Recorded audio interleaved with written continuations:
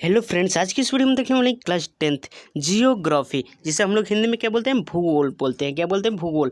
Part 1 है। Part 1 का क्या है? क है, जिसका नाम क्या है? भूमि संसाधन। इस चैप्टर से आपके जितने भी लघु उत्तरीय प्रश्न बनते हैं उनका उत्तर और उन सारे प्रश्नों को देखने वाले हैं, इसलिए वीडियो को आप शुरू से अंत तक देखते रहिएगा। इस चैप्टर से आपके 2 से 3 नंबर क्लियर हो जाने वाले हैं। कितने नंबर? 2 से 3 नंबर क्लियर हो जाने वाले हैं, इसलिए आप वीडियो को शुरू से अंत तक देखते रहिएगा। ठीक है, चलिए क्वेश्चन नंबर 1 से स्टार्ट करते हैं। क्वेश्चन नंबर 1 में कहता है, पर्वतीय क्षेत्रों में मृदा अपरदन को नियंत्रित करने के लिए क्या क्या कदम उठाए जा सकते हैं। ये आपका क्वेश्चन नंबर 1 है। चलिए क्वेश्चन 1 का उत्तर देखते हैं। उत्तर में कहता है, आपको ऑप्शन देकर यहाँ पे ये थी पॉइंट देकर लिखा हूँ। ठीक है, क में दिया है सीढ़ीदार तथा समोच्च जुताई, ख में दिया है वन लगाना, ग में दिया है पशुओं की चराई को सीमित करना। चलिए एक एक करके पढ़ते हैं।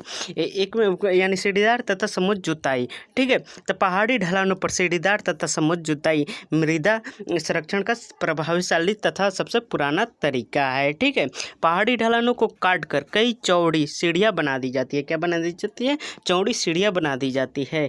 ढाल वाली भूमि पर समोच्च रेखाएं बना दी जाती है। ढाल वाली भूमि पर क्या बना दी जाती है? समोच्च रेखाएं बना दी जाती है। ये आपका क नंबर पॉइंट का, ये आपका इतना आंसर लिख सकते हैं। चलिए ख नंबर देखते हैं। ख में दिया है, वनों के अधीन, यानी वन लगाना, वनों के अधीन क्षेत्रों को बढ़ाना मृदा संरक्षण का सबसे बेहतर तरीका है।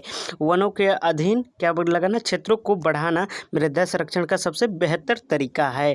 पेड़ों की कटाई को रोककर नए क्षेत्रों में अधिक से अधिक पेड़ लगाने के प्रयत्न करने चाहिए। इन सारे प्रश्नों को आप कॉपी में नोट जरूर कर लीजिएगा, क्योंकि प्रश्न तो आपको मिल जाएगा लेकिन इसका आंसर नहीं मिलने वाला है, इसलिए आप वीडियो को पॉज करके इन सारे प्रश्नों को आप स्क्रीनशॉट लेते रहिए या कॉपी में नोट करते रहिए। ठीक है, ग में कहता है, पशुओं की चराई को सीमित करना। ठीक है, मृदा के अपरदन को रोकने के लिए पशुओं को विभिन्न चरागाहों में ले जाना चाहिए। यानी मृदा के अपरदन को रोकने के लिए जो पशु है ना, उसको विभिन्न चरागाह में ले जाना चाहिए। आपका नंबर 1 का ये आंसर हो गया। इन सारे प्रश्नों को आपको नोट जरूर कर लीजिएगा। ठीक है, चलिए क्वेश्चन नंबर 2 देखते हैं। ये सारे क्वेश्चन बहुत ही इंपॉर्टेंट है, Bihar board matric board exam 2024 के लिए और इम्पोर्टेंट है। ठीक है, चलिए जलोढ़ मृदा के विस्तार वाले राज्य के नाम बताइए। जलोढ़ मृदा के विस्तार वाले राज्यों के नाम बताइए।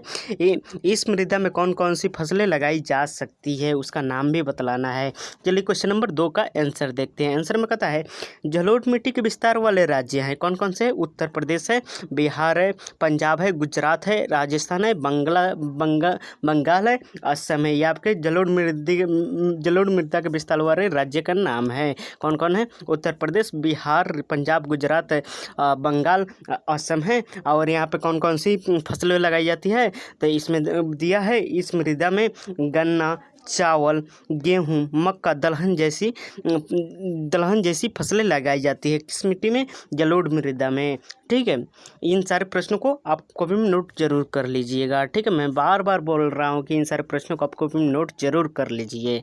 ठीक है, चलिए क्वेश्चन नंबर 3 देखते हैं। 3 में कहता है, समुच्च कृषि से आप क्या समझते हैं? समुच्च कृषि से आप क्या समझते हैं? ये आपका क्वेश्चन नंबर 3 है। ठीक है, चलिए क्वेश्चन नंबर 3 का उत्तर देखते हैं। उत्तर में कहता है, जब पर्वतीय क्षेत्रों या ढलानों पर वृत्ताकार जोतकर, यानी जब पर्वतीय क्षेत्रों या ढलानों पर वृत्ताकार जोतकर कार्य किया जाता है तो इसकी आकृति समुच्च रेखा की तरह प्रतीत होती है। ठीक है, किस प्रकार प्रतीत होती है? समुच्च रेखा की तरह प्रतीत होती है। इस प्रकार की कृषि पद्धति से खेतों के पोषणीय तत्व जलों के द्वारा नहीं बहते हैं। जब समुच्च कृषि की जाती है ना, तो उस प्रकार की जब खेती की जाती है ना, तो उसके जो पोषणीय तत्व होते हैं, खाद्य पदार्थ होते हैं ना, वो जलों के साथ नहीं बहते हैं। ये आपका क्वेश्चन नंबर 3 हो गया। चलिए क्वेश्चन नंबर 4 देखते हैं। 4 में कहता है, फसल चक्रण मृदा संरक्षण में किस प्रकार सहायक है? यानी फसल चक्रण मृदा संरक्षण के में किस प्रकार सहायक है? ये आपका क्वेश्चन नंबर 4 है। ठीक है,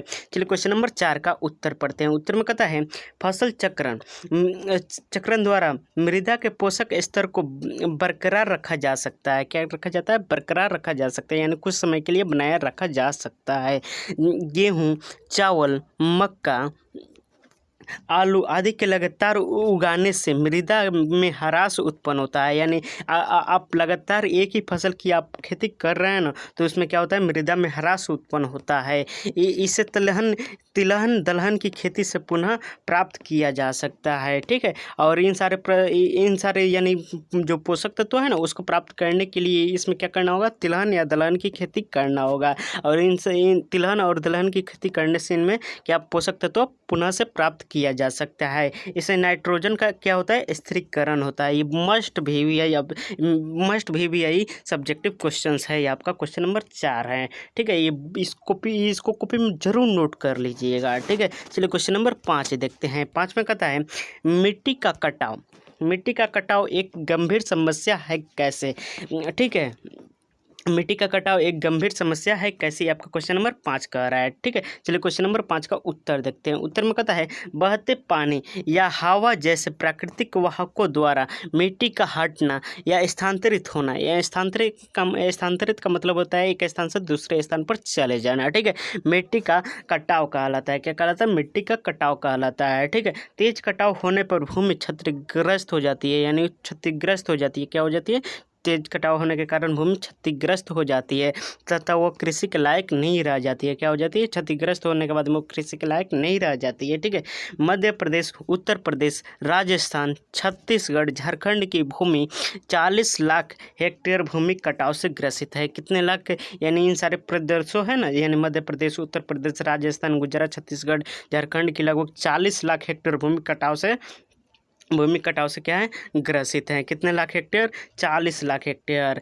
ठीक है, चलिए क्वेश्चन नंबर 6 देखते हैं। 6 में कहता है अवशिष्ट मिट्टी का निर्माण कैसे होता है। अवशिष्ट मिट्टी का निर्माण कैसे होता है, यह क्वेश्चन नंबर आपका 6 कह रहा है। चलिए उदाहरण भी देना है, क्या देना है, उसका उदाहरण भी देना है। यहाँ पे कह रहा है उदाहरण दें। ठीक है, चलिए क्वेश्चन नंबर 6 का उत्तर देखते हैं। उत्तर में कहता है अवशिष्ट या स्थानबद्ध मिट्टी मूल चट्टानों की अपने स्थान पर टूटने और चूर्ण होने से बनती है। क्या होने से बनती है, चूर्ण होने से बनती है, टूटने और चूर्ण होने से बनती है।